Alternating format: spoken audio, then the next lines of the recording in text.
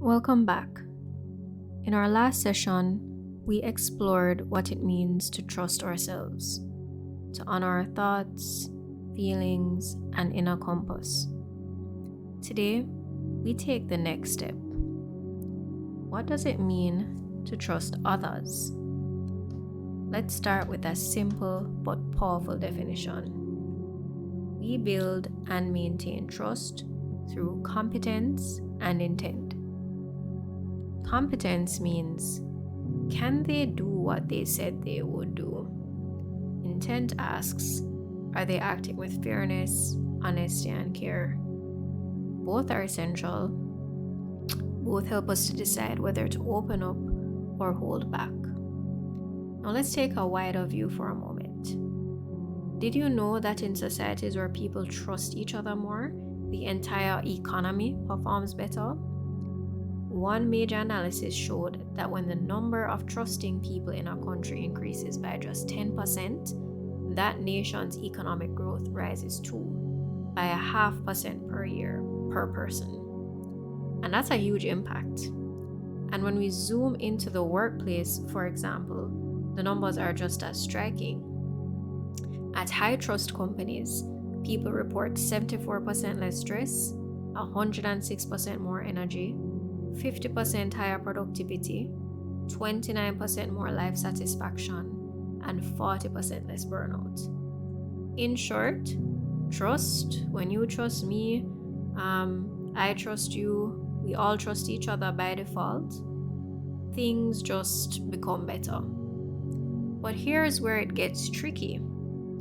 Even when we want to trust others, it's not always easy.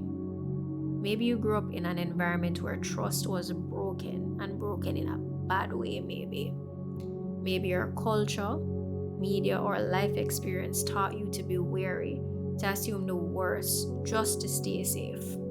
That caution can feel protective, but sometimes it becomes a wall that keeps connection out. So let's reflect for a moment. On a scale of 1 to 10, how easily do you trust others? With 10 being full trust and 1 being like, yo, not at all. Where would you place yourself? Now think about this. Do you believe you trust too much people? Maybe you've often felt surprised or hurt because people weren't who you expected them to be. Or do you trust them too little? Perhaps you often assume others have hidden motives or bad intentions. Or maybe you're somewhere in the middle. You assess each situation with a balanced view. There is no perfect answer, obviously, as we know by now from going through this course, but it's helpful to know what your baseline currently is. Because trust isn't all or nothing. It should change based on the situation, the person, and your own boundaries.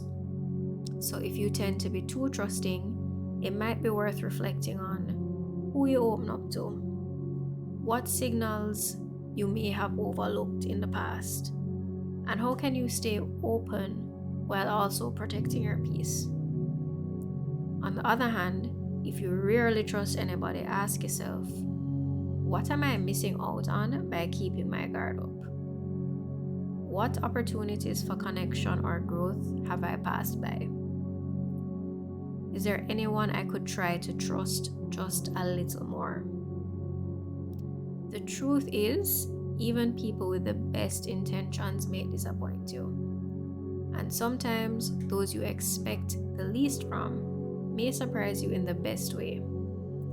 So the goal isn't full trust or full distrust, but mindful discernment. Being present, paying attention, and allowing trust to be flexible, not fixed. And finally, the best way to create more trust in the world? Be somebody that others can trust.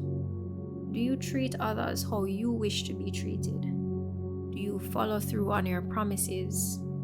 Do you feel safe? Do people feel safe and seen around you?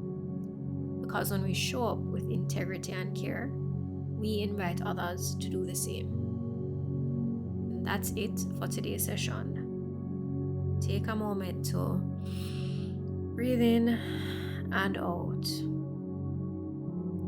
As you move through the day, carry this intention.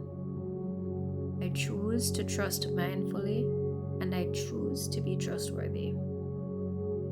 Wishing you deep connection and inner peace. Namaste.